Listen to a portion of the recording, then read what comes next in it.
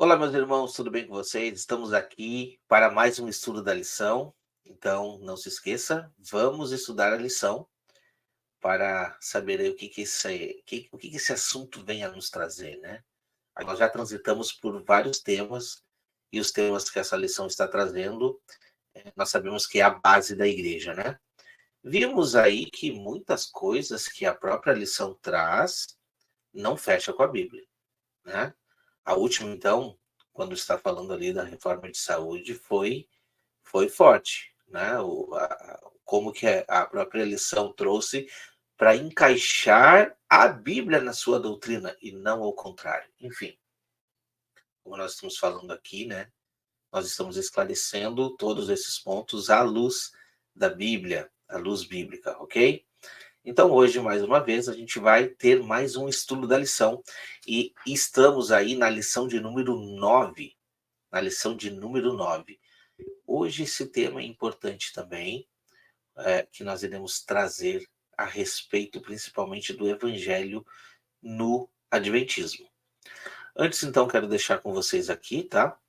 Não se esqueçam, você que está chegando aqui agora, se inscreva aqui no canal Remanescente e compartilhe os estudos. Se esse estudo está te edificando, se esse estudo estão tocando no teu coração, se você está sendo iluminado pela palavra de Deus, compartilhe para que esses vídeos cheguem em mais pessoas, tá? Meu intuito é esse.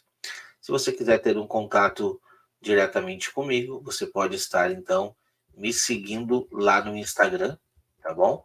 Onde eu vou estar recebendo você. Tenho recebido todos os dias pessoas novas chegando ali para contar a sua história, para fazer algum pedido de oração. Estamos também com o grupo, né, no WhatsApp, que o link também estará aqui embaixo na descrição. Mas se você quiser um contato pessoal comigo, vá lá no meu Instagram diretamente, @canal Remanescente. Envie sua mensagem que eu estarei ali de braços abertos para conversar com você, tá bom? Então, vamos dar o início ao nosso estudo. Vou subir na tela, então, a lição da Escola Sabatina dos Jovens desta semana, que vai estar tratando, então, sobre o Evangelho no Adventismo. Olha só que interessante, né? O Evangelho no Adventismo. Bom, vamos então adentrar nesse primeiro dia, né? Que é referência do sábado, dia 25 de novembro, e vamos ver o que essa lição está tratando, ok? Leia para o estudo da semana Colossenses 1, do 24 ao 29. A partir do título e do estudo da semana, anote as suas impressões sobre o que se trata a lição. Bom, não abrimos a lição, então vamos ler esse texto e vamos ver aí o que está se tratando a lição, conforme a lição está pedindo aqui. Colossenses 1, 24 e 29. Vou abrir para nós aqui, para que nós possamos meditar nesse texto que a lição venha nos trazer.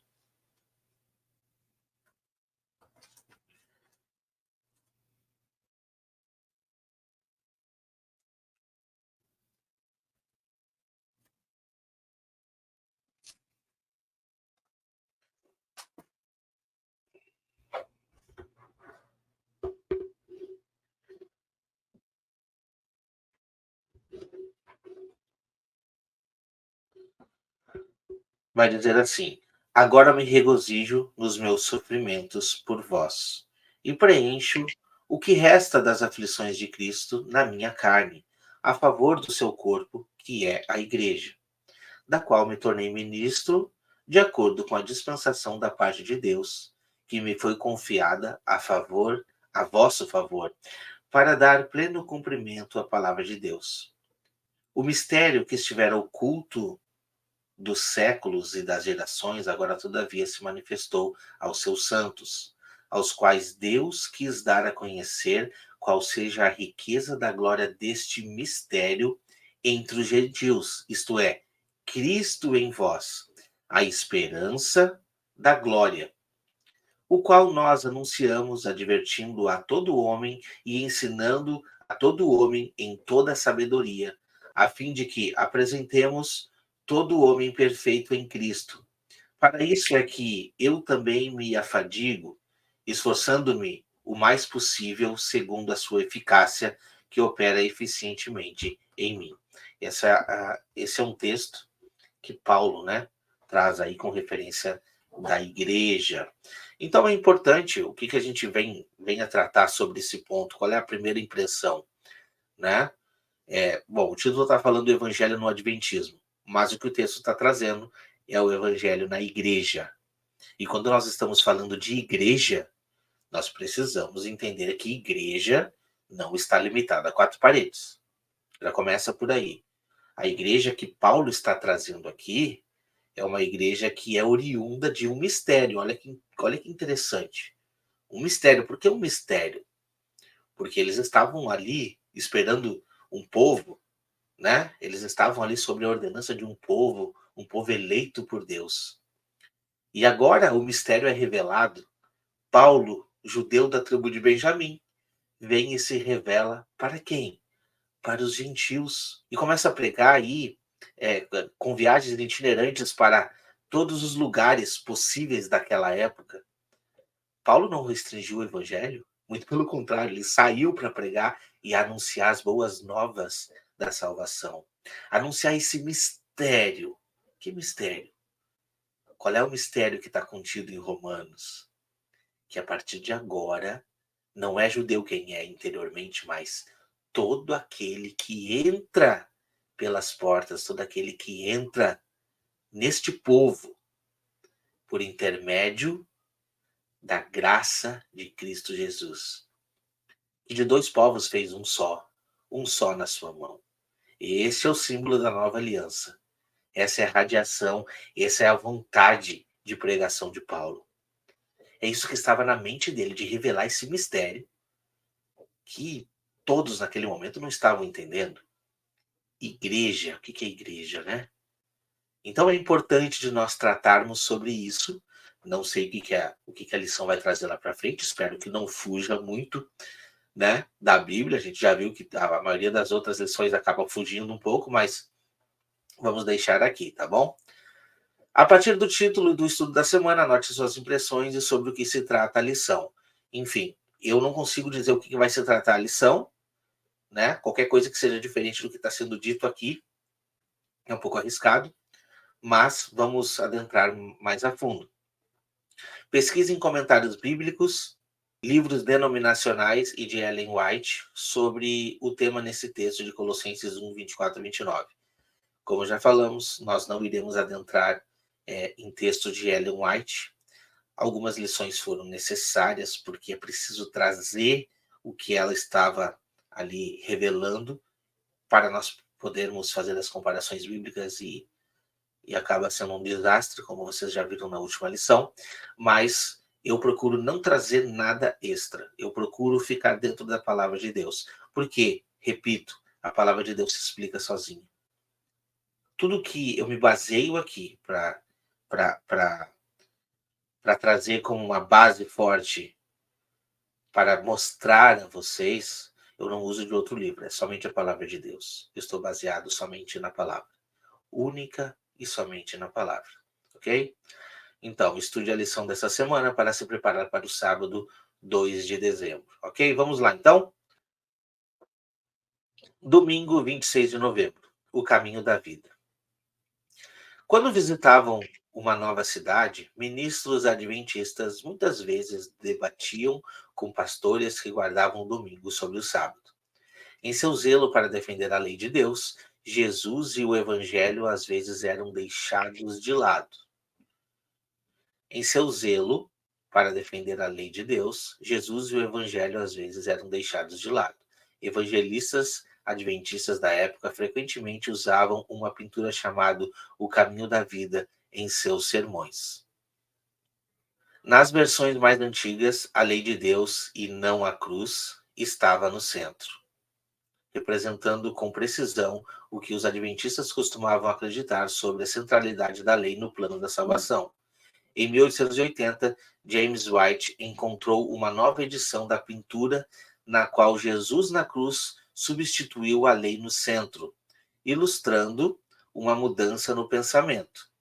Na sessão da CG em 1888, A.T. Jones e A.G. Wagner apelaram aos líderes da igreja para abraçarem uma mensagem do evangelho mais centrada em Cristo, o que alguns pregadores e administradores sentiram que minaria os pilares da mensagem adventista. Ellen White estava profundamente preocupada com a reação negativa que surgiu contra Jones e Wagner.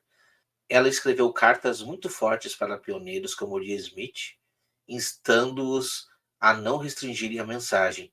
Jones e Wagner apresentaram pouco que fosse novo, mas pediram uma perspectiva fresca que enfatizasse Jesus e o Evangelho. Nos anos seguintes, Ellen White escreveu vários livros que articularam claramente o Evangelho de Cristo, Passos para Cristo, de 1892, Pensamentos do Monte das Bem-aventuranças, 1896, O Desejar de Todas as Nações, 1898, e Lições de Jesus, em 1900. A lição dessa semana explorará o significado da promessa do Evangelho de Cristo em nós e a esperança da glória. Colossenses 1, 27. Bom, vamos lá. A gente já vê aqui no início, né? Que não é eu que estou trazendo, a própria lição está trazendo, que os adventistas não tinham Jesus Cristo como centro. Isso explica muitas coisas. Isso explica muitas pregações que a gente está vendo ultimamente aí, né? Que mostra que ainda hoje existem pregadores que dizem que a cruz não é o princípio, a cruz não é o centro, né, da redenção para a humanidade. Não é a cruz, não é a criação, né? Não é nada disso. Mas sim 1844. Está explicado aqui, ó. Não é eu que estou falando, é a lição explicando esse ponto aqui. Isso já vem de antes. Agora, vamos meditar aqui. Se essa igreja se levantou com uma visão de Deus como um povo remanescente, por que esse povo remanescente não trazia a mensagem cristocêntrica da cruz, como o próprio texto está trazendo? Não é eu, é o próprio texto que está trazendo. Eu acho que o mais engraçado, o mais interessante é que a própria lição diz que Ellen White teve que mudar esse ponto e trazer escritos falando um pouco mais de Cristo Jesus. Porém, esses escritos de Cristo Jesus, se a gente for estudar, eles continuam contradizendo a palavra. Continuam não tendo Cristo como centro da obra da redenção. A cruz não é suficiente. Por que a cruz não é suficiente? Porque ainda existe um juízo investigativo. Esse é o grande problema. Eu costumo dizer, infelizmente, no Adventismo, Jesus Cristo não é o suficiente. Não basta você crer em Cristo Jesus. Não basta você aceitar Cristo Jesus para ser salvo. Não. Você precisa de outras coisas para ser aceito. Primeiramente, na comunidade dos remanescentes adventistas e também para estar ali no corpo de Cristo, né, que seja a igreja adventista, e também para poder, né, ser batizado, e então entrar aí, né, como o povo remanescente. Eu acho que é muito grave esse ponto, mas enfim, vamos deixar aqui, não fui eu que trouxe, a lição que está trazendo isso, vocês estão vendo, que isso já é de antes, isso não é uma coisa que a igreja só traz agora, a gente sabe, é muito claro que Cristo não é o centro das atenções na igreja adventista, continua não sendo. Enfim, vamos avançar então. Lição de segunda-feira. A relação entre lei e fé. As discussões que antecederam o ano de 1888 inicialmente tratavam do papel da lei na salvação. Um versículo de particular contenda em Gálatas 3, 24 e 25, que descreve a lei como o tutor que nos conduz a Cristo. A questão era se esse tutor e guia era a lei moral, os 10 mandamentos, ou a lei cerimonial, o sistema de sacrifício judeu. Essa pergunta gerou grandes debates e inspirou muitos sermões em acampamentos e artigos de revistas. Bom, primeiramente, essa separação entre lei moral e lei cerimonial não existe na Bíblia. Não existe. Você pode procurar, não existe. Nós precisamos entender esse ponto. Ok? Não existe separação de lei moral e lei cerimonial. Pode existir na sua cabeça, no seu coração. Agora, nós precisamos entender o que realmente existe. Qual é a divisão que realmente existe? Lei moral, lei cerimonial? Não. Existe uma diferença entre as alianças, onde a primeira lei caiu fora. Qual lei? 613 mandamentos. E agora nós estamos sob a tutela de uma nova lei, de uma nova aliança, de um novo concerto, né? Como diz o livro de Hebreus. Então não existe essa divisão de lei moral e lei cerimonial. Existe sim aquele que é nova criatura, que foi salvo por Cristo e guarda os mandamentos que estão impressos aqui, não mais em tábua de pedra. Estão aqui dentro do coração, aonde tal todos os 613 mandamentos foram resumidos a 2. Amarás a Deus sobre todas as coisas e ao teu próximo como a ti mesmo. Isso precisa ser esclarecido aqui, ok? Pregadores mais antigos, como Lee Smith e G.E. Butler, acreditavam que o autor era a lei cerimonial, explicando que era o sistema de sacrifícios que levava a Jesus, cujo sacrifício nos libertava desse mesmo sistema. Predicadores mais jovens, como A.T. Jones e A.G. Wagner, acreditavam que o tutor era a lei moral, os 10 mandamentos, uma vez que apontavam nossos pecados e deveriam nos levar a Deus em busca de purificação. Muitos adventistas acreditavam veementemente que, se o tutor fosse a lei moral, as pessoas poderiam argumentar que os 10 mandamentos e, portanto, o sábado havia sido abolido. Enfim, esse é o problema. Esse é o problema a ser resolvido aqui. Quando a gente está falando aqui de lei moral, lei cerimonial, esquece 10 mandamentos. Nós estamos falando aqui, ó, exatamente disso, o sábado. Esse é o problema que vem na cabeça do adventista quando ele fala de lei cerimonial e lei moral. Né? Esse é o grande problema. E a gente já vê que esse problema vem de antes, né? Como está mostrando aqui, ok? Porque o versículo 25 diz que não estamos mais sob o tutor, quando perguntada sobre a lei moral ou a lei cerimonial. Ellen White respondeu que eram ambos. Perfeito, olha só, fantástico. Sou questionada sobre a lei em Gálatas. Que lei o aio que nos conduz a Cristo? Eu respondo, tanto o código cerimonial quanto o código moral dos 10 mandamentos.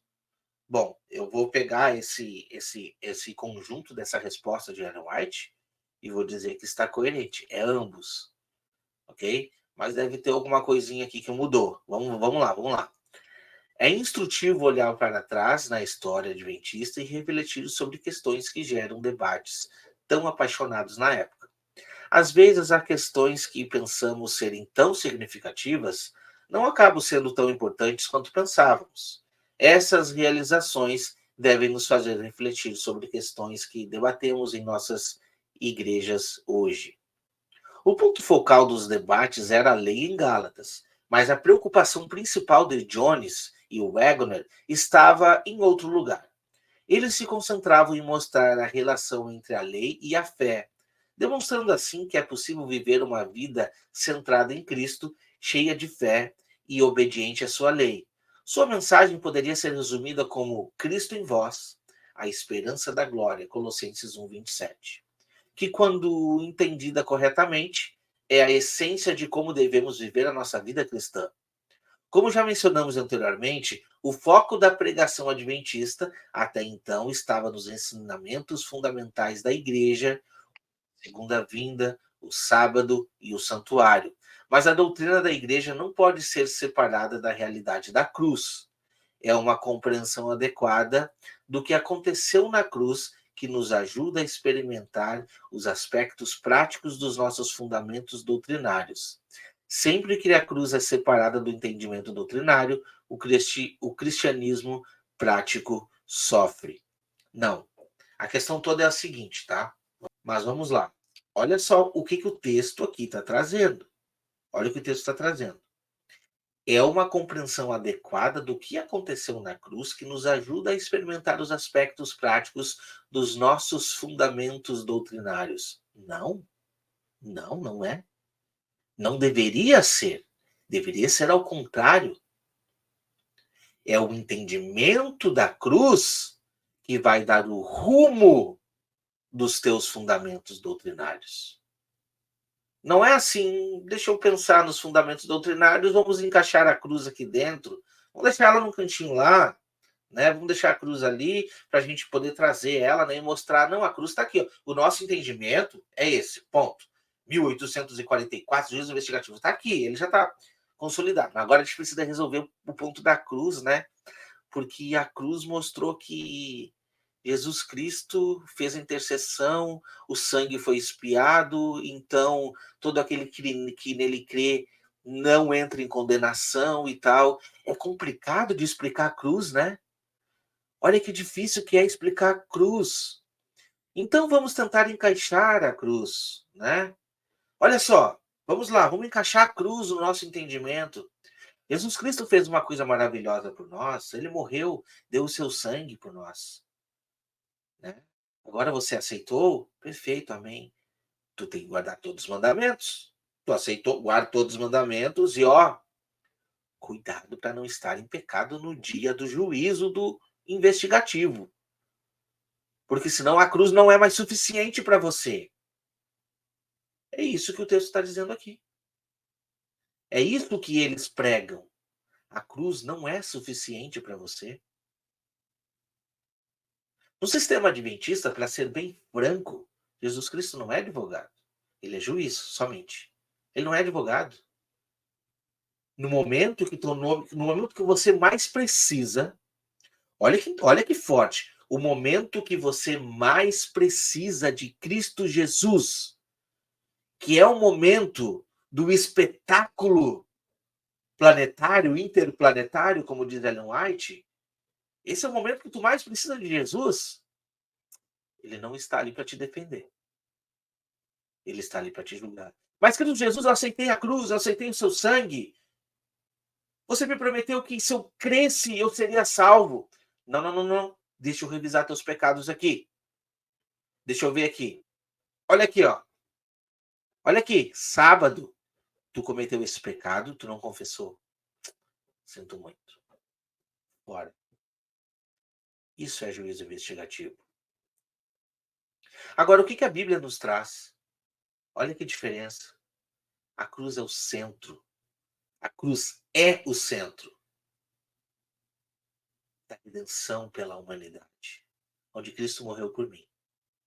Aonde eu chego para o Senhor confessando, Senhor, meu Deus, olha só, eu pequei. Eu errei. Sim. Ok, eu peço o teu perdão. E a palavra de Deus nos diz que nós temos um advogado junto ao Pai. Onde ele já perdoou os pecados, já lançou lá no fundo do mar. Então, isso daqui é muito grave, irmãos. É muito grave. Não existe olha só, uma compreensão adequada. Vamos adequar a compreensão da cruz. Não, a compreensão da cruz, ela precisa ser absoluta na sua vida. Se você não compreender a cruz, esquece tudo o resto. Pega todo esse pacote, 1844, sábado, pega o pacote aí de juízo investigativo, joga tudo fora.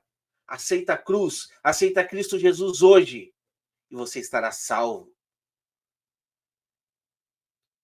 Ah, mas eu tenho problemas, eu não consigo abandonar café. Olha só, eu não consigo parar de comer carne. Eu tenho meus pecados. A tua luta é diária. A tua luta contra a tua carne. Porém, se tu é nova criatura, se tu aceitou a Cristo Jesus na tua vida, se tu reconheceu o sacrifício de Cristo na tua vida, não existe condenação para ti. E não estou falando, a palavra de Deus não está resumindo a sua parte, dizendo que você não vai mais pecar, muito pelo contrário. O que Paulo dizia? Sabemos que enquanto eu estiver nesse tabernáculo aqui, eu vou gemer, passar por aflições, ter espinhos na carne, aguardando até o dia de ser revestido da minha nova habitação. Sendo assim, não sou eu que peco, é o pecado que está em mim, aqui nessa carne aqui. Não sou eu, porque o bem que eu quero, eu não faço. Que bem que eu quero que eu não faço? É seguir exatamente o que o Espírito está me dizendo para seguir. Mas o mal que eu não quero, esse está sempre diante de mim. Quem me livrará da condenação? A resposta vem logo em seguida. Graças a Deus por Cristo Jesus. Ele é o pendor da salvação para todo aquele que nele crê. Chega mais perto de mim aqui. Não existe juízo investigativo. Não existe. A palavra de Deus diz que os teus pecados foram perdoados e lançados lá no fundo do mar. Eu estou falando aqui com uma nova criatura. Eu estou falando com pessoas que aceitaram a Cristo, que fazem parte dessa assembleia que Colossenses está trazendo, que agora entende esse mistério que Paulo está dizendo lá. Que mistério é esse? Que mistério que Paulo está trazendo? Volte, vamos voltar para aquela época, vamos tentar entender esse mistério. Vamos lá. Nós tínhamos muitas nações ali nas voltas e um povo específico, né? As outras tribos de Israel já tinham sido espalhadas entre as nações. E um povo específico dizendo: nós somos o povo de Deus. Isso não é exclusividade dos adventistas hoje, não. Isso já acontecia naquela época. E agora Paulo vem revelar um mistério, dizendo assim, ó: o sangue de Cristo alcançou a toda criatura que nele crê. Porque Deus amou o mundo de tal maneira que deu seu Filho para que todo aquele que nele crê não pereça, mas tenha vida eterna. Você crê em Cristo Jesus? Você crê? Você já tem a vida eterna. Agora precisa, com certeza, caminhar nos braços de Cristo todos os dias, reconhecendo que somos pecadores, reconhecendo que enquanto estivermos nessa carne, não conseguiremos jamais sermos perfeitos. A luta contra a carne é diária, mas temos um advogado junto ao Pai, e não juiz, não juiz. Isso não é bíblico. Então a centralidade de tudo é a cruz. Aquele que não tem a cruz como a centralidade, obra redentora de Cristo Jesus aqui, por cada ser humano, já começou errado. Os pilares da igreja adventista estão errados. Foram construídos numa areia movediça, que quando o vento bate, prontamente está para ser derrubado no chão. Por quê? Porque a cruz precisa ser, né, adequado. Olha só, meus irmãos, que grave. Uma compreensão adequada do que aconteceu na cruz. Não existe uma compreensão adequada. A compreensão da cruz, ela precisa ser firmada no nosso coração. Não é adequada. Uma compreensão adequada da cruz nos ajuda a experimentar os aspectos práticos do nosso fundamento doutrinário. Só um pouquinho. O teu fundamento doutrinário não começou pela cruz. Então foi construída. Desculpa, mas esse fundamento doutrinário não é de Deus. Cruz sim foi o centro da redenção, onde tudo mudou com relação ao homem e Deus. O que aconteceu na cruz? Aquela condenação que nós tínhamos, que foi herdada a partir de Adão, Jesus Cristo cumpriu por nós. Agora todo aquele que aceita, entra, faz parte do corpo de Cristo. Por intermédio do quê? Através da cruz. Você aceitou a cruz? Ok, você faz parte do corpo de Cristo. Olha que forte, irmãos. A partir de agora, o que a palavra nos traz é que nós fomos ressuscitados com Cristo. Já passamos da morte para a vida. Bom, eu já passei da morte para a vida por intermédio do sangue de Cristo. Agora eu vou tornar a morrer novamente? É isso? Não. Paulo não estava preocupado, por exemplo, com a sua morte física, porque ele tinha esperança, ele sabia. Não temeis aquele que pode matar o corpo, mas aquele que pode jogar tanto o corpo quanto o espírito no Sheol, né? No inferno. Esse vocês têm que temer, porque o corpo de nada se aproveita, mas o espírito foi vivificado em Cristo. Então nós precisamos entender e desmistificar esses pontos, para que fique claro para todos que a cruz é o centro da salvação, da redenção para toda a humanidade. E qualquer coisa que seja diferente disso precisa ser anátema na minha e na sua vida. Vamos avançar então. Lição de terça-feira, objetivo final. Os cristãos têm muitas boas aspirações. Desejamos ser mais amáveis que os outros e agir como Cristo. Queremos ajudar os oprimidos e compartilhar a verdade. Mas mesmo as melhores aspirações falharão quando o nosso objetivo final for de alguma forma secundário. O propósito final do cristão está em Colossenses 1:27, Cristo em você. O Cristo que habita em nós é chamado de mistério nestes versículos que não é naturalmente compreendido. Cristo em nós descreve uma realidade espiritual em vez de física. O fato de o espírito e o caráter de Cristo poderem viver em e através dos seres humanos, quebrados e pecadores como nós, é o grande mistério que captura a atenção do mundo. Colossenses 1:26 e 28 deixa claro que Deus está pronto para desvendar o mistério de Cristo em você, o que resulta em cada pessoa sendo apresentada perfeita em Cristo Jesus. Justificação pela fé é exatamente isso: receber a justiça por meio do Cristo que habita em nós, crer que nós somos corações transformados e que somos perdoados, independente de como nos sentimos. É como reivindicamos praticamente pela fé a promessa da palavra de Deus. Amém, amém. É muito bom que a gente possa internalizar isso, mas entender que fomos perdoados e somos perdoados, ok? Interessante de notar que essa parte perfeita em Cristo, ela precisa ser compreendida que temos uma limitação, ok? Temos uma limitação. Se nós, a própria palavra nos aponta que se a gente dizer que não tem pecado, nós somos mentirosos, não tem como, ok? E o próprio versículo 29 diz que, para isto é que também me afadigo, esforçando-me o mais possível segundo a sua eficácia, que opera eficientemente em mim. É aquilo que eu falei. Aquele que é nova criatura, que tem Cristo habitando dentro de si, ele acontece em duas coisas. Bom, o Espírito me ajuda à luta contra a carne. Por isso que a nossa guerra não é contra carne e sangue, mas é contra principados e potestades. Porque essa guerra ela é espiritual. Mas eu sou carnal. Então, assim, o que o texto está apontando é que nós precisamos nos esforçar. Isso é fato. Isto é fato. Não existe recompensa sem o esforço, ok?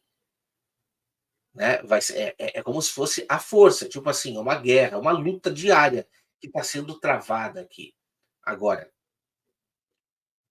nós não somos perfeitos. Você precisa entender. Para que você não coloque uma cobrança exorbitante em você que você não consegue cumprir. Ok? Você precisa entender esse ponto.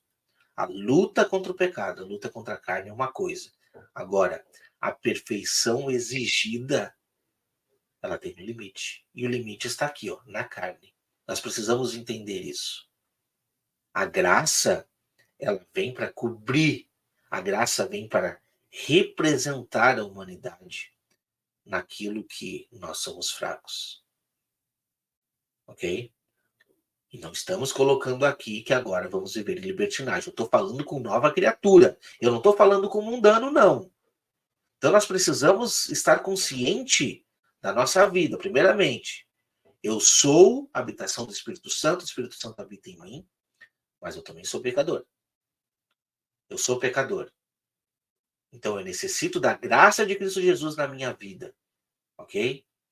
Eu não sou guiado por mandamentos. Não, eu não sou guiado por mandamentos. Eu tenho a lei impressa dentro de mim. E assim eu posso conduzir a minha vida em Cristo Jesus, olhando para Cristo Jesus, não nas obras da minha mão. Se eu dependo das obras da minha mão, eu preciso ficar firmado e olhando para a pedra. Mas não, não é a pedra. A lei está impressa dentro de mim. Quando eu olho, eu já vejo aqui, ó. Quando eu olho o que está errado, eu já conecto. Não, eu sou nova criatura, entendeu? Aquilo já está internalizado dentro de mim, não está mais na pedra. Agora, eu preciso entender que mesmo assim, mesmo havendo uma luta contra o pecado, mesmo o Espírito Santo habitando dentro de nós somos falhos. Nós iremos errar. E por isso temos o advogado junto ao Pai. Ok? Então, assim, ó, a perfeição, ela tem um limite. E o limite está na carne. Precisamos entender nisso. A fé é confiar que Cristo realizará o que prometeu em sua palavra.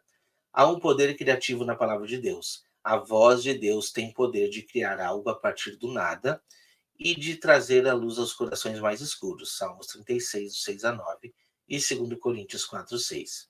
Jesus é essa palavra criativa feita carne, Cristo em você. É a experiência transformadora de que todos nós precisamos. É algo que nenhum de nós pode criar ou fazer por nós mesmos. É nos abrirmos para aquelas coisas que apenas Deus pode fazer em nós, exatamente. Eis que estou à porta e bato. Se nós abrirmos a porta do nosso coração, Jesus Cristo entrará e nós cearemos com ele. Então nós fazemos essa conjuntura com Cristo Jesus. Isso é importante demais, ok? Então, muito boa essa colocação aqui. Paulo não via valor em suas próprias obras separadas de Cristo. Seu desejo mais sincero era experimentar Cristo trabalhando nele e por meio dele. Para isso também, para isso também trabalho combatendo segundo a eficácia que opera poderosamente em mim. Colossenses 1:29. Hoje, se houvesse mais pessoas que reconhecessem a sua completa impotência fora de Cristo, haveria mais pessoas com o poder de Cristo trabalhando nelas continuamente. Jesus está procurando pessoas que estejam esvaziadas de si mesmas e abertas para serem preenchidas com a sua obra poderosa. A rica experiência de Cristo em você está tão disponível agora quanto sempre esteve.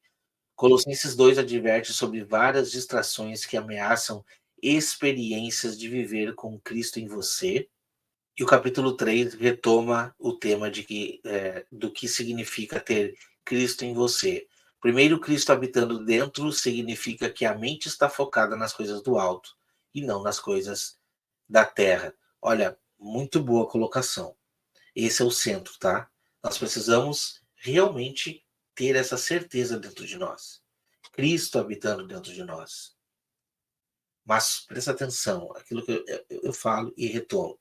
Como humanos que somos, mesmo tendo o Espírito Santo habitando dentro de nós, precisamos buscar a comunhão, precisamos buscar o poder lá do alto, nós precisamos pedir o livramento da tentação, o livramento do dia mau. Por quê? Porque nós somos pecadores, a nossa carne tem uma tendência pecaminosa, ok?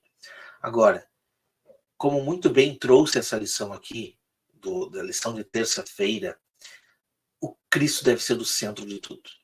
Cristo. Nós poderíamos enquadrar essa lição e deixar Cristo como centro. Se Cristo for o centro, se ele estiver habitando dentro de você, pronto, ok? Nada disso vai impedir você de pecar, porque nós estamos na carne. Agora, Cristo estando dentro de você, você irá conseguir passar por essas provas, por essas batalhas, por essas dificuldades. E mesmo pecando, a gente vai saber entender que a graça de Cristo foi suficiente para cobrir o nosso pecado. Vamos avançar então? Continuação do estudo de segunda-feira. Paulo escreveu a epístola de Colossenses para a igreja em Colossos, que estava geograficamente muito próxima de Laodiceia. Essas duas cidades vizinhas compartilhavam histórias e culturas semelhantes. Hoje estão separadas por apenas alguns quilômetros e, portanto, compartilham o mesmo clima e vale. Quando Paulo escreveu para crentes em Colossos, incluiu os crentes de Laodiceia, dirigindo-se a eles como uma única audiência e lidando com os mesmos desafios espirituais. Colossenses 2, 1, 4, 13, 15, 4, 13, 15 e 16.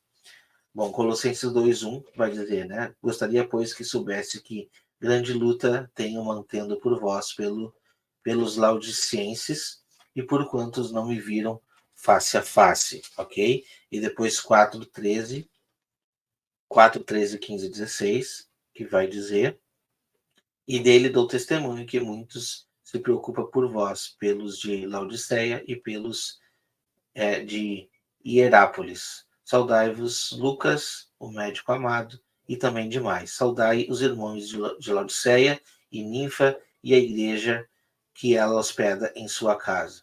Bom, a mensagem, na verdade, ela é abrangente para todos, né? Lógico que Paulo citou aqui Laodiceia, mas essa mensagem ela é abrangente para todos, porque Paulo não limitou a igreja. Muito pelo contrário, Paulo era um pregador itinerante. Aonde tinha coração sensitivo para ouvir a mensagem de Deus, Paulo estava pregando. Então, essa mensagem que a lição está trazendo aqui, que era só para Colossos e Laodiceia, será que é isso? Não, não é não. Essa mensagem é universal, é para todos, ok? Se é isso que a lição está querendo trazer, não, é para todos. Preste atenção nesse ponto, a mensagem é para todos, ok? Nós precisamos absorver a mensagem por um todo, porque o que Cristo deixou foi de nós espalharmos o evangelho para toda língua, tribo e nação, para testemunho a todas as nações. E quando isso acontecesse, viria o fim. Então, Paulo cumpriu essa missão e nós, como igreja, presta atenção, eu estou falando aqui muitas vezes, vou repetindo, quando eu falo nós como igreja, eu não estou falando nós como igreja adventista, eu estou falando nós como igreja, corpo de Cristo, que estão espalhados nos 4 cantos do mundo. Você precisa saber separar o que é uma placa e o que é a igreja de Cristo, ok? A placa, o Cristo não está limitado a 4 paredes. A igreja, o corpo de Cristo, não está limitado a uma denominação e nunca esteve. Nós precisamos aprender esse ponto. Então, que fique bem claro para você isso. Se ficar isso claro, o resto a gente consegue encaixar aqui, mas se não ficar isso daí claro, aí fica muito difícil. Aí o evangelho está muito limitado, né? Então, não vamos fazer como a lição está trazendo aqui, ok? Essa mensagem, ela é universal. Pode ter sido escrito nominalmente, como a gente viu, tinha outros lugares aqui sendo citados também, que a lição não trouxe. Agora, a audiência, ela é universal. Nós fazemos parte para ouvir essa mensagem, ok? Continuação do estudo de quinta-feira. Segundo isso, significa que devemos abandonar as obras da carne, como ira, cólera, malícia, blasfêmia e linguagem indecente. Cristo que habita dentro de nós significa que devemos abandonar as obras da carne.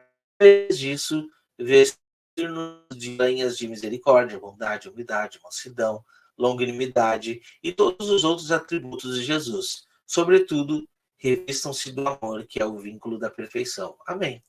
Os verbos no capítulo 3 são fundamentais para entender a justiça da fé. O crente rejeita as obras da carne e adota a justiça de Cristo. Quando aceitamos Jesus pela fé, ele nos cobre com sua própria veste branca e pura de justiça. Veja também Apocalipse 19, 8. Os crentes dependem da justiça de Cristo para continuamente nos cobrir, habitar em nós e fluir através de nós. Bom, vamos lá. De fato, nós precisamos estarmos revestidos de Cristo e lutarmos contra a carne, né? Diminuir as obras da carne. Mas, repito, isso não irá nos impedir de pecar. Deixando isso tudo bem claro, está tudo certo. Ok? Porque, infelizmente, a igreja está manchada. É manchada com pecado. Nós somos pecadores. Por isso carecemos da glória de Deus e carecemos da graça de Cristo Jesus. Quando que nós vamos nos libertar do pecado completamente? Quando esse corpo for revestido da imortalidade. Quando formos revestidos de glória. Antes disso, irmãos, sinto muito.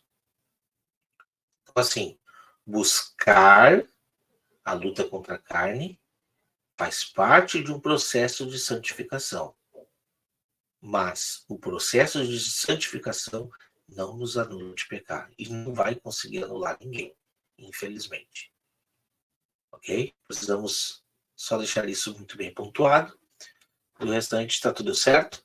Vamos avançar, então, momentos de reflexão. Qual é o propósito pretendido da lei? A lei, o propósito da lei era levar até Cristo. Esse é o propósito da lei. O homem precisava seguir a lei, cumprir todos aqueles rituais, para que ele pudesse ver a condenação que o pecado trazia para a sua própria vida. A lei servia para que todos tivessem que ficar calados diante de Deus. Todos eram culpáveis diante de Deus. Então, naqueles rituais precisavam acontecer para que, por intermédio da morte de um animal, eu pudesse ser redimido do meu pecado. E a lei, onde é que ela estava? Aqui dentro do coração? Não, nunca teve. Estava em tábuas de pedra, num lugar inacessível para o homem. O homem não tinha acesso. Era somente o sumo sacerdote uma vez por ano fazendo expiação pelos pecados do povo.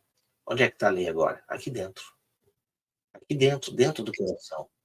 Qual lei? 613? Não, não, não. Jesus resumiu: amarás teu Deus sobre todas as coisas e o teu próximo como a ti mesmo. Estamos falando de Colossenses? Vamos lá então. Colossenses 2, no versículo 13. Vamos resumir para tentar responder isso, né? E a vós outros, olha só, em Cristo também fostes circuncidados, não por intermédio de mãos, como os da lei precisavam ser circuncidados, mas no despojamento do corpo da carne, que é a circuncisão de Cristo. Olha só que interessante. Tendo sido sepultados juntamente com ele no batismo, no qual igualmente fostes ressuscitados mediante a fé no poder de Deus, que o ressuscitou dentre os mortos. Olha só que forte. E a vós outros que estáveis mortos pelas suas transgressões, entendeu? Ó, a lei não era capaz ainda de nos livrar da morte. Nós que estávamos mortos por causa das transgressões e pela incircuncisão da vossa carne, vos deu vida juntamente com ele, perdoando todos os vossos delitos, tendo cancelado o escrito de dívida que era contra nós e que constava de ordenanças, o qual nos era o que bom? A lei era boa? Não, ela era prejudicial. E diz aqui, ó, que ele removeu inteiramente e encravou tudo isso na cruz, despojando os principados e potestades publicamente, os expôs ao desprezo, triunfando deles na cruz. Você está vendo o que é o ponto principal aqui? Novamente, a cruz. A cruz é o ponto principal, não é a lei. Olha só, a lei, como que a lei vai ser o ponto principal, o divisor o divisor de almas no fim dos dias? Não. O ponto principal é a cruz. A lei era o aio que conduzia a Cristo. Bom, Cristo chegou. E agora ele fez cumprir todos os rituais que a lei ordenava. E ele cancela esse escrito de dívida que estava em nós a respeito de ordenanças. E o texto continua, né? Vamos falar de lei, o texto continua. Ninguém, pois, vos julgue por causa de comida, bebida, dia de festa, de lua nova ou sábados. Olha só que interessante, irmão adventista, porque tudo isso tem sido sombra das coisas que haveriam de vir. Porém, o corpo é de Cristo, a igreja é de Cristo, nós somos de Cristo. Aceitou a cruz de Cristo? Você é de Cristo. Amém. Então, qual era o propósito pretendido pela lei? O propósito da lei é nos conduzir a Cristo. O propósito da lei na antiga aliança, vamos resumir aqui, era fazer o homem entender que alguém iria morrer pelo pecado. Nós nascemos condenados na carne, condenados à morte. Só que essa morte era dupla, tanto a da carne quanto a morte eterna, né? Então precisávamos cumprir esses rituais, porque o homem não conseguia obedecer à lei, então precisava cumprir o ritual para perdão dos nossos pecados. Cordeirinho morria por quê? Cordeiro morria por quê? Para que o sangue expiado representasse o meu sangue. Alguém precisava morrer pelos meus pecados e o cordeirinho morria. Só que agora, meus irmãos, a morte já aconteceu e é de Cristo. E ele te livrou da condenação, da morte, por intermédio do seu sangue. Então a lei que conduzia a Cristo já não faz mais sentido. Nós estamos agora na graça. O propósito pretendido da lei era apontar Cristo Jesus nos nossos corações para que nós vivamos em novidade de espírito, com a consciência tranquila de que fomos perdoados por intermédio do sangue de Cristo na cruz. Lá. E agora vivemos em novidade de vida, porque fazemos parte do corpo de Cristo. O que podemos fazer para garantir que permanecemos focados nos pontos-chave e não tropeçamos em detalhes menores? Essa é uma pergunta que o adventista tem que responder. Porque o ponto-chave não está sendo observado, que é a cruz, que é a graça, que é ser uma nova criatura, que é entender o processo da redenção, que é entender o que é graça, que é entender o que aconteceu na cruz. E aí fica voltando naqueles pontinhos da lei, né? Não faça isso, não faça aquilo, como se isso fosse capaz de transformar a consciência do homem. Nunca foi e nunca será. Então, permanecer focado é realmente obedecer essa palavra, que diz assim, ó, ninguém se faça árbitro contra vós outros, pretextando humildade e culto. Olha só que forte que o texto diz. Ninguém se faça árbitro contra vós. Juiz, árbitro, juiz. Pretextando humildade e culto dos anjos, baseando-se em visões, enfatuado, sem motivo algum na sua mente carnal, e não retendo a cabeça, da qual todo o corpo suprido e bem vinculado por suas juntas e ligamentos cresce o crescimento que procede de Deus. É isso. Não dê ouvidos a esses espíritos, né? Infatuados, visões infatuadas. Não. A palavra está aqui, já foi revelada. É Cristo Jesus. Nós precisamos crescer como sendo o corpo de Cristo. Nada mais do que isso. Ok? Preste atenção nisso. Como a mensagem de Paulo aos Colossenses é especialmente relevante para a igreja laodiceana nos últimos dias. Eu já vou trazer aqui, tá? Vamos tentar revelar aqui. A igreja adventista se diz ser a igreja de Laodiceia, então essa mensagem é somente para a igreja adventista. É praticamente isso que a igreja quer trazer para você aqui, tá? Não tem outra coisa. Então essa mensagem é para você. Também é para você, mas não é só para você, porque a igreja de Cristo está espalhada nos 4 cantos da terra. Entendeu? É isso, precisamos entender esse ponto. A igreja nos últimos dias está representada nas 7, não é só em Laodiceia. Existem aspectos nas 7 igrejas que não são períodos históricos, tenha isso na tua mente, não são períodos históricos. Todas as cartas às igrejas são específicas para um povo, são específicas para toda a igreja em todas as eras.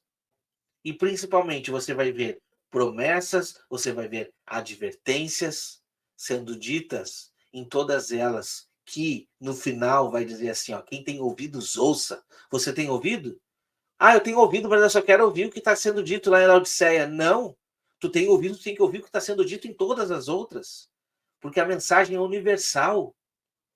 advertências estão sendo trazidas para você nas outras cartas às igrejas também, ok? Então não é só Laodiceia. Não é só bater no peito e dizer eu sou morno mesmo. Não é isso. Não. É acordar para a vida e ouvir o que a palavra tem para te trazer. Esse é o ponto. De que maneira permitimos que a lei ofusque Jesus e o evangelho? Como podemos evitar isso? Que perguntinha, né? Tá aí, ó. A gente acabou de trazer aqui. Como que ofusca?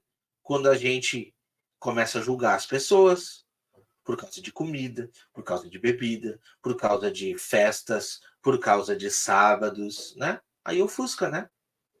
Porque tudo isso era sombra. Tá aqui, ó. Vamos lá. Por que a lição não traz? Por que a lição não continua no Colossenses e traz todos os pontos? Porque ela não quer. Não tem interesse, né? Esses aqui, ó, passa correndo. Assim como Ellen White foge da cruz. Esses textos aqui também fogem dos adventistas. Você jamais vai ler isso daqui aqui, não vai. Por quê? Porque foge. A gente já falou sobre o sábado aqui, não leram também? Então é claro, tá aqui. A lei ofusca Jesus sempre que ela for superior à mensagem redentora de Cristo na cruz. Ela vai ofuscar. Ela ofuscou Cristo Jesus já no momento em que Cristo veio como salvação para os gentios e judeus da época e eles não aceitaram. E muitos estão até hoje tentando se justificar pela lei. Né, meus irmãos adventistas? Esquece. Jesus veio para um povo sem lei. E agora, como diz Romanos, né, estão tentando judaizar muitos. Não se deixe ser judaizado novamente. Ok? Preste atenção o que foi representou a graça de Cristo Jesus. Nós não devemos julgar a ninguém. Nós precisamos ter firmado dentro de nós o que significa a cruz de Cristo. Significou a cruz de Cristo para toda a humanidade. Então não faz sentido nenhum. Você não quer que a lei ofusque a Jesus? Aceite a graça. Aceite a graça. Entenda a troca das alianças. Saiba que existe uma grande diferença entre você observar as pedras e todos os pontinhos da lei e você ter a sua regra de fé aqui dentro, que é o pacto da nova aliança com as duas casas de Israel. Duas, tá? Duas casas de Israel. Judeus e gentios, está lá em Romanos 8, está lá em Hebreus 8. A igreja não ensina isso também? Pois é, né? Quanta coisa bíblica que a igreja não ensina, né? Eu não vou me cansar de trazer aqui, irmãos. Eu sei que muitos passam correndo, porque não gostam de estudar a Bíblia, mas aqui a palavra de Deus vai ser superior à minha vontade e superior a essa lição aqui, ok? Quando a lição trazer coisas coerentes, eu estou em prontidão para elogiar. Agora, quando substituir o que Cristo fez por você na cruz, eu vou estar pronto aqui para criticar e trazer a verdade a você. Cristo é superior. A cruz é superior. A cruz é suficiente. Ok? Tenha isto em mente. O que significa realmente viver e experimentar Cristo em nós no nosso dia a dia? É aquilo que a gente já tratou. Vamos responder essa pergunta aqui, muito fácil. Nós somos morada do Espírito Santo. Nós somos, ok? Então precisamos entender o que é ser nova criatura. Nós estamos falando aqui com pessoas que já nasceram de novo, ok? Agora, se Cristo não está dentro do seu coração, fica mais difícil. Você fica muito mais suscetível ao pecado. Então você precisa entender isso, ok? Cristo em nós, experimentar Cristo em nós, é fundamental. Realmente, o que o texto está trazendo aqui, essa pergunta, ela é fundamental. Agora, isso não nos impede de, ainda assim, ainda com Cristo dentro de nós, que a gente venha a tropeçar, ok? Deixamos isso muito bem claro. Estamos na carne. Quais distrações ameaçam nos impedir de manter Cristo em nós constantemente? Bom, distrações estão aí no mundo, a gente já vê, né? Tantas coisas, tantos rituais também, né? Tantas coisas que ofuscam Cristo e a mensagem redentora dele por nós. Mas, de qualquer maneira, nós precisamos ter todo o cuidado realmente para que nada venha ofuscar Cristo em nós. Vamos avançar então. Lição de quinta-feira: Esperança da glória. É possível entender a ideia de justiça enquanto ainda se é ignorante quanto à natureza da justiça de Deus. Isso nos leva a tentar estabelecer a nossa própria justiça fora de Cristo. A justiça é, em última instância, a experiência de uma mudança em nossa posição diante de Deus. Sem a presença de Jesus no coração, o serviço religioso é apenas formalismo morto e frio. Quando Cristo está em nós, a esperança da glória, somos constantemente orientados a pensar e agir em referência à glória de Deus. Ellen White, para que todos o conheçam, em 1964. Olha só. Somos constantemente orientados a pensar e agir em referência à glória de Deus. Bom, vamos lá.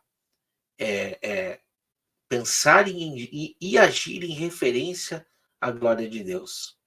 Nós sabemos que ainda estamos muito distante disso, né? Porque nós não somos perfeitos, ok? Então, nós não podemos ter um julgamento que não nos cabe ainda estando na carne. Não. Não podemos nos cobrar em excessividade também. Agora, buscar, como a gente já falou aqui incansavelmente, buscar estar em conformidade com Cristo habitando em nós, né? Tendo Jesus Cristo no nosso coração, ele é fundamental, ok? Quando Cristo habita em nós continuamente, isso reorienta completamente nossas prioridades, nossas respostas e nossas visões sobre tudo. Não há nada que permaneça inalterado quando Jesus habita no coração. Perfeito. Isso é verdade. Isso está muito claro, é evidente que nós precisamos apresentar os frutos quando Cristo habita no nosso coração. Isso é verdade, irmãos. Isso daqui a gente precisa reconhecer. Foi uma ótima colocação, sendo Ellen White ou não sendo, foi uma ótima colocação. Precisamos meditar nesse ponto. Porque se Cristo habita dentro de nós e não existe uma mudança, como que eu estou testificando de Cristo em mim? Então a gente precisa realmente refletir nisso, ok? Isso daqui faz toda a diferença. Vê só como é lindo quando a gente fala somente de Cristo, né? É perfeito. A mensagem central da Escritura é o Evangelho. E no cerne do Evangelho está o poder de Cristo sobre o pecado. Somente por meio de uma união com Cristo, alguém pode vencer o pecado. Uma união que é, em última instância, um mistério. É o mistério de Jesus voluntariamente se oferecer. É um mistério que Jesus voluntariamente se ofereceria como sacrifício pelo pecado, que o Criador divino do mundo pudesse entrar no ventre de Maria e nascer como um bebê, que Jesus pudesse ser simultaneamente totalmente divino e totalmente humano. Que Jesus possa habitar em nossos corações sujos e sujá-los. Vamos lá. Somente por meio de uma união com Cristo, alguém pode vencer o pecado. É aquilo que eu já falei, né? Vencer o pecado, se for circunstancial, tudo bem, né? Eu concordo. Circunstancial, a gente pode resistir uma tentação e vencer um pecado. Agora, deixar de pecar completamente, isso é impossível, mesmo com Cristo em nós. Mesmo com Cristo em nós. É impossível, porque ainda estamos na carne. Mas esse outro ponto aqui é importante demais, tá? Vamos lá. Vamos perguntar, vamos meditar aqui. A palavra está aqui, a Bíblia, a lição está aqui para que nós pudéssemos meditar, ok? Então vamos lá. Que Jesus possa habitar em nossos corações sujos e sujá-los. É isso mesmo que eu estou lendo. Eu não sei se eu estou lendo direito, se eu estou com problema nas minhas vistas. Jesus habitar no meu coração e sujar o meu coração. Cara, Eu preciso de uma explicação aqui, eu não tenho nem o que dizer quanto a isso. Será que eu estou lendo correto? É uma tradução? Alguém pode me ajudar aqui? Deixa nos comentários aqui se você entendeu isso. Eu não entendi. Agora, Jesus Cristo sujar? Não entendi. Não entendi. Sujá-los. Não entendi. Desculpa, não. Eu não entendi. Eu não entendi. Eu espero que seja um erro de um erro de escrita aqui, tá? Eu acredito que seja um erro de escrito. Não consigo explicar isso de tão absurdo que é. Se for realmente uma escrita que veio de alguma mente inspirada. Vamos lá. De certa forma, o fato de Jesus habitar nos corações de pessoas corruptas não é surpreendente. Quando ele nasceu na terra, sua manjedoura estava em um celeiro sujo e fedorento. Se Jesus pode nascer em um lugar tão humilde e desprezado, não tenha dúvidas de que ele pode entrar em nossos corações hoje, independentemente da nossa condição, nosso passado, nossas dependências. Qualquer coisa, não importa o que tenhamos feito, Jesus é capaz de entrar em nós se abrirmos o coração a ele, né? Correto, tá correto aqui, né? Agora, esse quesito de se Jesus foi capaz de nascer num celeiro sujo, não faz sentido trazer isso, porque nada disso é comparável com o homem. O homem é o centro. Jesus somente veio à Terra para morrer por causa de mim, por causa do homem. Então não faz sentido nos comparar a um celeiro sujo. Sabe, tem coisas assim que não tem comparação, irmãos. Tem coisas que não precisavam ser trazidas. Tem coisa que é tão ridícula aqui que, sabe, parece que eu estou perdendo meu tempo aqui lendo isso daqui. Tu acha que que Deus estava ligado, Jesus estava ligado em chegar numa manjedoura, suja ou não? Isso não tem comparação com a humanidade. Porque a obra redentora da cruz foi desenhada lá no princípio, você sabe disso. Então, não faz sentido nenhum isso daí, sabe? Vamos pegar que vamos adotar somente isso, né? Que realmente não importa a nossa situação, se abrirmos as portas, Jesus pode entrar, mesmo em meio ao pecado, tá? Se você aceitar a Cristo Jesus, ele entra no seu coração, se você aceitar, tá? Tem religião aí que não aceita batizar pessoas que estejam em pecado, né? Porque acha que a pessoa precisa se santificar antes, né? Mas não, Jesus entra no nosso coração exatamente como diz aqui, de qualquer maneira. Ele entra, tá? E aí sim começa a fazer uma transformação de limpeza, de transformação da alma, enfim. É assim que deve ser, né? Cristo em você não é apenas um mistério, é descrito como a esperança da glória, Colossenses 1:27. Uma definição bíblica para a glória é que se refere ao nome de caráter de Deus. Ter Cristo em nossos corações significa que seu caráter está impresso em nossas vidas. Não é apenas uma teoria, torna-se prático e tangível à medida que a profissão da nossa fé é vivida em nossas palavras, ações e pensamentos mais íntimos.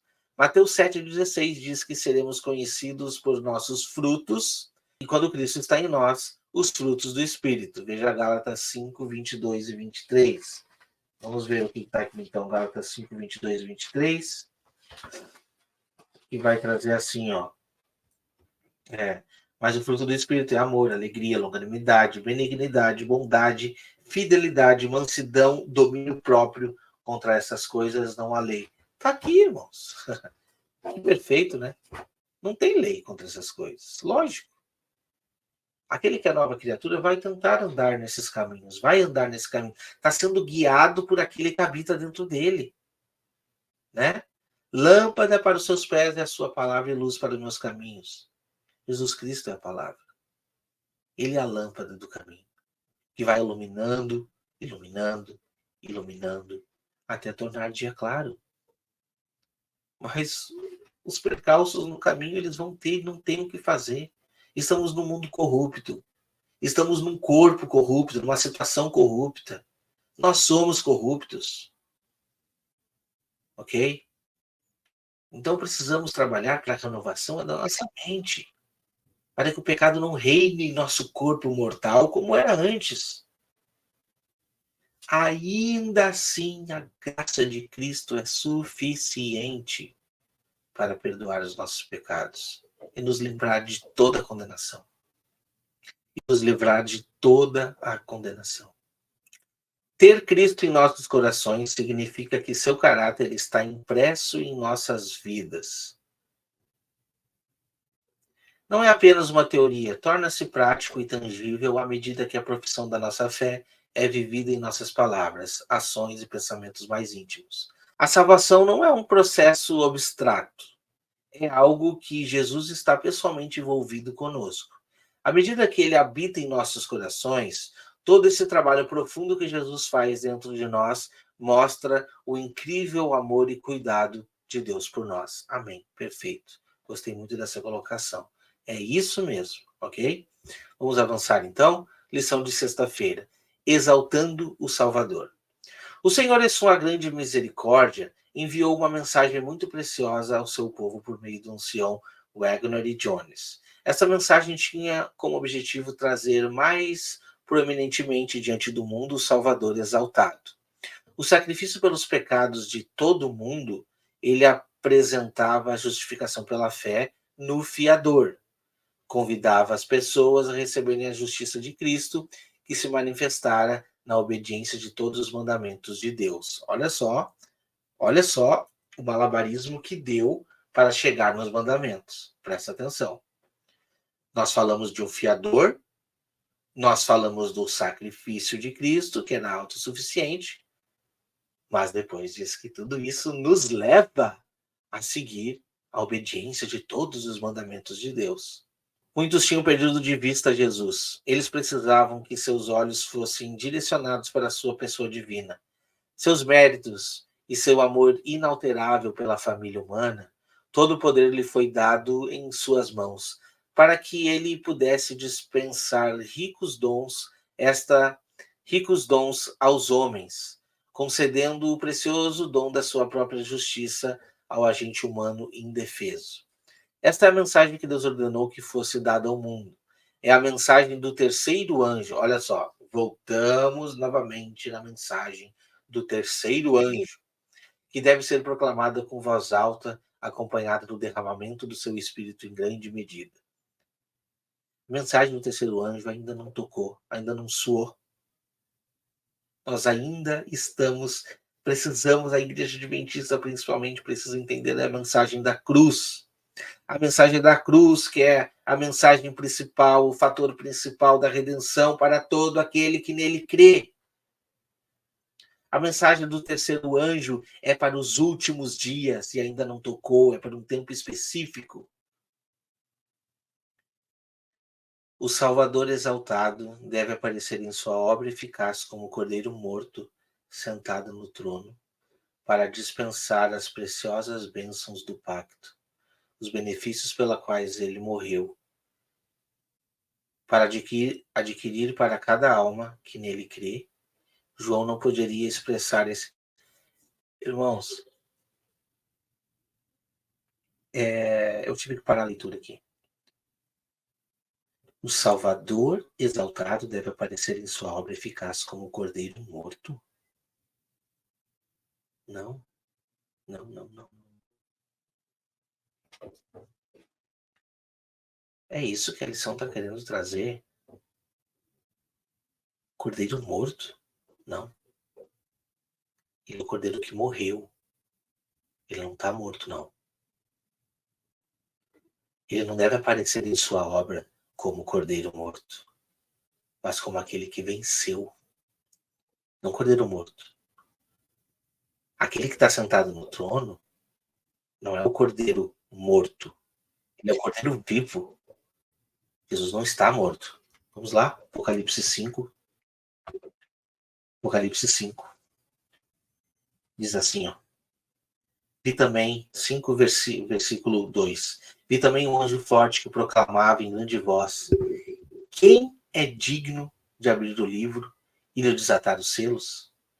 Ora, nem no céu, nem sobre a terra, nem debaixo da terra, ninguém poderia abrir o livro sem mesmo olhar para ele. Eu chorava muito porque ninguém foi digno de abrir o livro, nem mesmo de olhar para ele. Todavia, um dos anciões me disse: não chore. Eis que o leão da tribo de Judá, a raiz de Davi, venceu para abrir o livro e os seus 7 selos. Então vi no meio do trono e dos 4 seres viventes, entre os anciões, de pé, um cordeiro como tendo sido morto. Ele tinha 7 chifres, bem como 7 olhos, que são os 7 Espíritos de Deus enviados por toda a terra.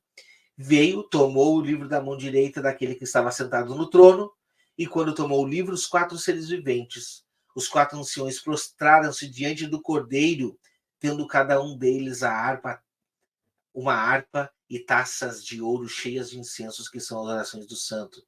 E entoavam novo cântico, dizendo: digno és de tomar o livro, de abrir os selos, porque foste morto, e com teu sangue compraste para Deus os que procedem de toda a tribo, língua, povo e nação.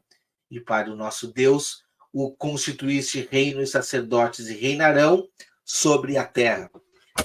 O meu cordeiro não está morto, ele esteve morto.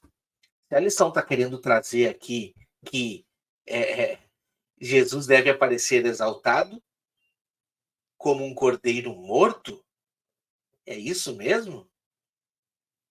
É isso que a lição está trazendo? Não. Jesus tem que ser exaltado pelo que ele fez. E nós precisamos reconhecer que ele está vivo. Vivo está o nosso cordeiro. Cordeiro de Deus que tirou o pecado do mundo. Ele foi apresentado como aquele que tiraria o pecado do mundo. E ele tirou o pecado do mundo. Mas ele morreu e ressuscitou. E juntamente com ele, ele nos ressuscitou. E hoje ele está como vivo sentado no trono, não como morto. Tem coisas aqui que eu não consigo entender. Será que eu estou lendo errado ou escreveram errado? A obra de Cristo não é eficaz como um cordeiro morto. O cordeiro morto, eu acho que eu consigo entender, porque aqueles que estão na lei, eles não conseguiam enxergar nada além de um cordeiro morto.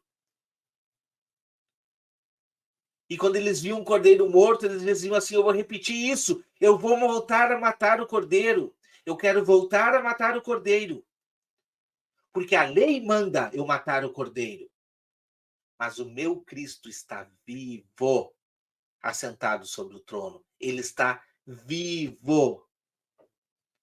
Ok? Vamos deixar isso bem claro? Sabe, tem coisas aqui que eu não consigo entender. Por que foi escrito isso daqui? O meu cordeiro não está morto. O representante do cordeiro não está morto. É difícil de continuar, irmãos. É difícil de continuar. Vamos trocar aqui.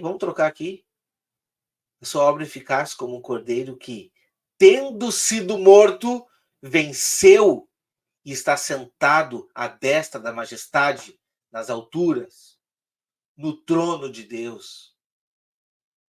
E todos os anjos o adoram.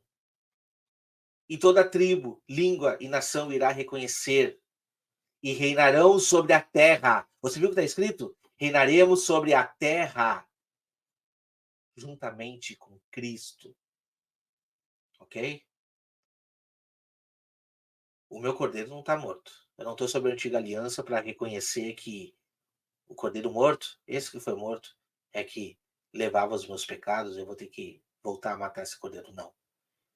Meu Cristo morreu de uma vez por todas pelos meus pecados. Agora, não é de se surpreender que alguém que nega a cruz de Cristo como sendo o ponto principal da salvação para toda a humanidade, hoje diga que o cordeiro está morto.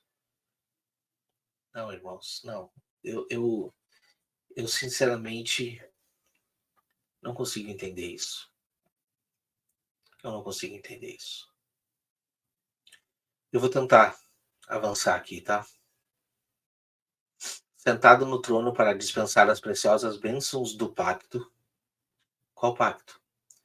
Os benefícios dos quais ele morreu para adquirir para cada alma que nele crê. João não podia expressar esse amor em palavras e era profundo demais, amplo demais. Ele chamava a família humana para contemplá-lo. Cristo está pleitando pela igreja os átrios celestiais, intercedendo por aqueles por quem pagou o preço de redenção com seu próprio sangue. Séculos, eras, nunca podem diminuir a eficácia do sacrifício expiatório de Cristo. Exatamente. Exatamente. Nada pode diminuir. Nada diminuir. Nada pode diminuir. Nem o juízo investigativo, ok? Nem esse tal juízo investigativo que, como muitos dizem, né, é superior à cruz de Cristo. Não. Nada pode. A mensagem do Evangelho de sua graça deveria ser dada à igreja em linhas claras e distintas, para que o mundo não mais dissesse que os adventistas do sétimo dia falam da lei, mas não ensinam ou acreditam em Cristo. Você falar, você ensinar da boca para fora que acredita em Cristo é uma coisa, mas sim, os adventistas do sétimo dia falam da lei, ensinam que a cruz não é suficiente e que mesmo nós seguindo a lei, mesmo nós aceitando o sacrifício de Cristo, ainda dependemos de um juízo investigativo para sermos salvos. Aí não querem ser julgados? É isso? É isso? A letra, a tinta e o papel aceitam qualquer coisa, mas o ouvido não. O meu ouvido não aceita isso que vocês estão colocando aqui. Porque você escreveu uma coisa. Agora, você viver e pregar é completamente diferente. Ok? Então já começa corrigindo esse texto aqui. Jesus não aparece na sua obra eficaz como um cordeiro morto. Ele aparece como aquele que venceu e me deu a autoridade de vencer juntamente com ele, me redimindo dos meus pecados, me dizendo que ele é muito mais importante do que a lei, que a lei não me justifica.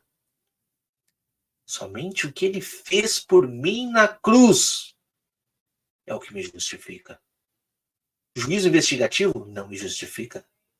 Somente o que ele fez na cruz é que me justifica.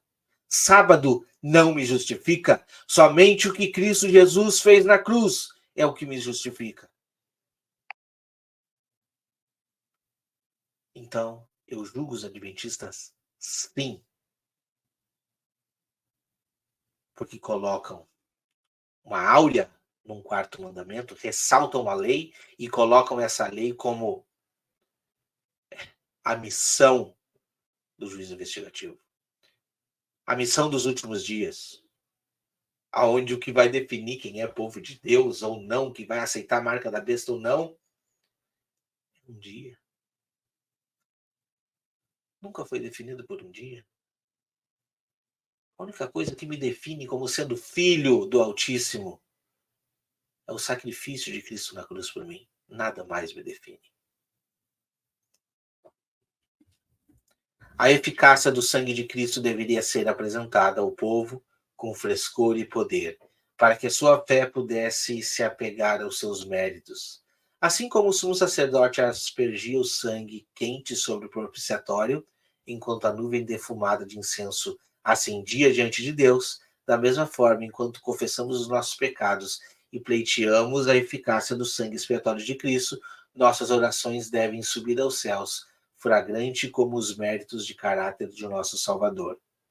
Por que não seguem isso? Falar é fácil, né?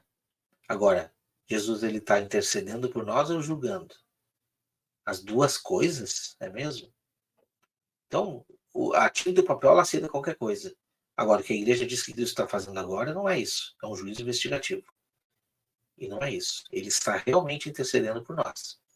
Apesar de nossa indignidade, devemos sempre ter em mente que há aquele que pode tirar o pecado e salvar o pecador. Ele já tirou e ele já salvou todo aquele que nele crê. Não é aquele que pode tirar e salvar. Ele já tirou e ele já salvou. Todo pecado confessado diante de Deus, com um coração contrito, ele removerá. Esta fé é a vida da igreja, assim como a serpente foi erguida no deserto por Moisés, e todos os que foram mordidos pela serpente ardente foram instruídos a olhar e viver. Assim também o Filho do Homem deve ser levantado, para que todo aquele que nele crê não pereça, mas tenha vida eterna. Ellen White, Testemunhos para os Ministros e Obreiros Evangélicos. Então, meus irmãos, este foi o estudo da lição. Importante fazermos algumas reflexões, né? Do que a gente lê, do que a gente estuda, algumas comparações bíblicas. Primeiramente, a gente precisa entender a nossa natureza, uma natureza pecaminosa, que nasceu sob corrupção, que nasceu condenado, que viemos a esse mundo, né? Como os nossos pais, Adão, Eva, condenados pelo pecado, mas que fomos libertos por Cristo Jesus. E Ele estende essa liberdade a nós. Fomos libertos dessa condenação, fomos salvos já por Cristo Jesus. Não há nada que nós venhamos aqui a fazer que possa me justificar diante de Deus. A lei ela só servia para nos condenar, não para nos justificar. O único meio de justificação era por intermédio de morte, por intermédio de sangue. E o sangue já foi derramado. Tenha isso em mente. O sangue foi derramado e por isso a cruz, ela realmente é o ponto principal que precisa ser exaltado. Nós, como sendo o corpo de Cristo, como sendo novas criaturas, precisamos então viver mediante a essa luz, fazendo habitar dentro de nós aquele que morreu por nós e que nos conduzirá no caminho até a redenção do nosso corpo. Enquanto isso, iremos gemer, iremos lutar, iremos errar, iremos pedir perdão, seremos perdoados, mas não seremos condenados, porque fomos livres da condenação do pecado. Ok? Então tenha isso em mente. Tenha isso em mente. Estamos aqui toda semana estudando a lição, tá? Que essa lição possa te ajudar, tocar no teu coração aí. Compartilhe com outras pessoas que precisam ouvir essas verdades, para que nós venhamos aí a estudar a lição verdadeiramente, né? Comparar com a palavra de Deus para ver se realmente a lição traz é o que está na palavra de Deus, fazer as meditações corretas, ok? E acordar para a verdade do Evangelho. E a verdade é só uma e está na palavra, está na Bíblia somente, ok? Então, irmãos, não se esqueçam de se inscrever no canal Remanescente, tá? Se você ainda não é inscrito, e acompanhe conosco aqui todos os estudos que a gente já vem trazendo, tá bom? E eu gostaria de deixar essa mensagem para que Deus abençoe a cada um de vocês, que Deus ilumine a sua mente, que Deus bate na porta do seu coração e que você possa abrir, cear com Cristo e entender que Cristo é a luz do seu caminho, entender quem nós somos, a nossa natureza, e entender o que Cristo representa para nós. Que Ele é aquele que está sentado à destra da majestade nas alturas do seu trono, mas Ele não é um cordeiro morto. Ele é o cordeiro que venceu e vai nos dar a autoridade de sermos revestidos de glória e assentarmos à sua destra também. Assentarmos assim como Ele venceu e assentou à destra da majestade nas alturas. Que Deus possa te abençoar e nós voltamos na próxima semana, ok? Deus te abençoe, irmãos. Bye, bye.